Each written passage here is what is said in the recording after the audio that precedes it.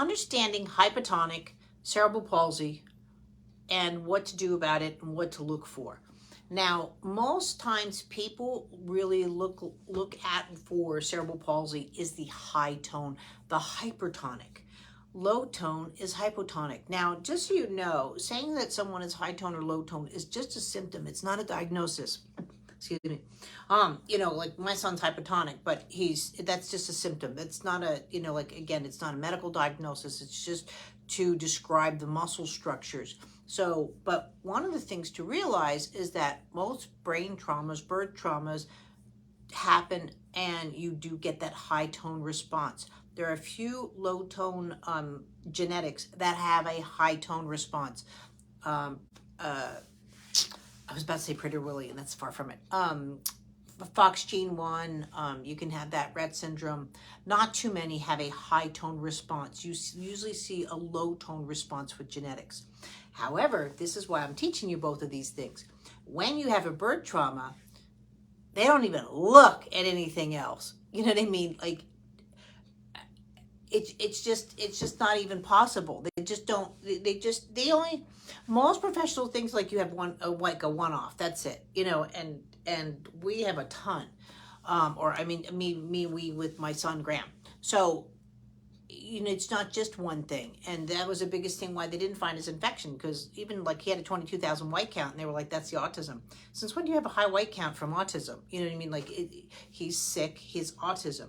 But I really think they thought for me that it was like Munchausen's kind of thing, that I was looking to make him sick. I was looking, or I couldn't handle the autism and I wanted a medical diagnosis. No, I wanted to save my son's life and I wanted to deal with the autism. I kept telling him I could deal with the autism, fix, my son's sick. So lots of times though, like when you have birth trauma, like I had a client here who has Turner syndrome, and but she had cord wrapped around their neck and all that sort of stuff, and they were looking at all of her complication as a birth trauma CP, manifestation, and didn't even think to look. It wasn't until they found some again abnormalities, more so in her organs, that she presented with Turner syndrome. So it happens way more than you think. Or you get diagnosed with the low tone syndrome and you don't realize the reason why it's hard to work with the low tone syndrome is again because there was birth trauma or something went in and there was a CP hit. So especially if you're getting an MRI and it's clear, but you've got quote CP, or that's what they're saying it is, you definitely, want to look at the genetic side of it. Lots of times too, it doesn't get caught till you have the second child and it's like, well, they both can't have CP. They both have, something else.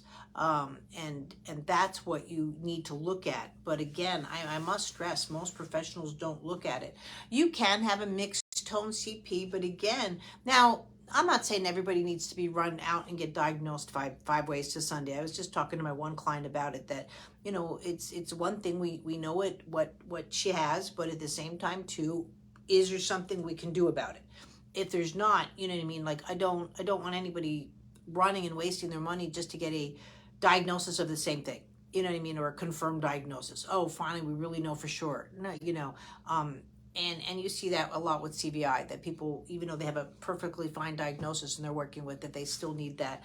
And it's okay to get a second opinion. I'm the one who touts it all the time, but that's more so when you don't know what's going on. But at the same time too, don't think twice about, you know what I mean, like getting a fresh set of eyes or someone that is more of an expert in the area.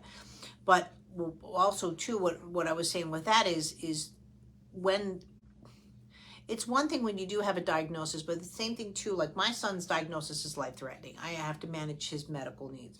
But at the same time too, like cerebral palsy is not necessarily a life-threatening condition.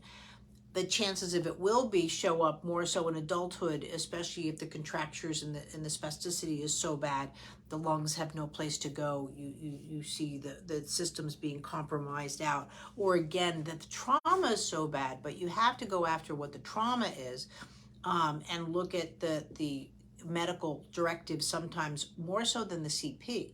The CP is considered more so a movement disorder, but depending on where the trauma to the brain is, I mean, you might have to look at the endocrine systems, you have to look at, all different facilities of the person's health and well-being from, I wouldn't even say a fresh set of eyes, but a different angle. But to have a low tone hypotonic CP, I would be definitely in the geneticist's office and looking to see. But again, not all genetics, again, what I'm trying to say is are life-threatening, is going to affect you. It is what it is. But at the same time, too, working with your child, preventing maybe a scoliosis, there's unformed kidneys. I mean, there's so many things that can happen, heart muscles and so forth. That's why I'm a big advocate that if you do have a neuromuscular condition, you get a baseline from every area. I do tell that to parents when they come here. You know, what is a priority? Doesn't mean like tomorrow you've got to go to 20 different doctors, but still start looking at certain things, maybe cardiac because it's muscle, cardiologist, and you know, or again, it depends on the situation. There'll be priorities and there'll be the, you know, the subs, and then eventually I'll get to that kind of thing. So don't overlook your child's care because they have a diagnosis. Or like too, I think it's on YouTube, me even saying it, when I've told this story before, holding Mason's head, and I was like, this kid doesn't have CP. And they're like, yes, he does. He has epilepsy and CTP. I was told to look it up on YouTube. That's a great way to go over your diagnosis with your, I really don't have much to tell you. Go look it up on YouTube. Like as if.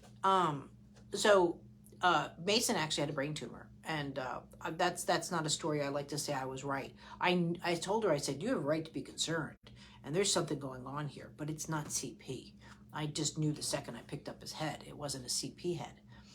And so that's really important to your child's needs. And with that, it's just saying, what is a CP head? I should do another live for cranial because it's been a bit. Thanks.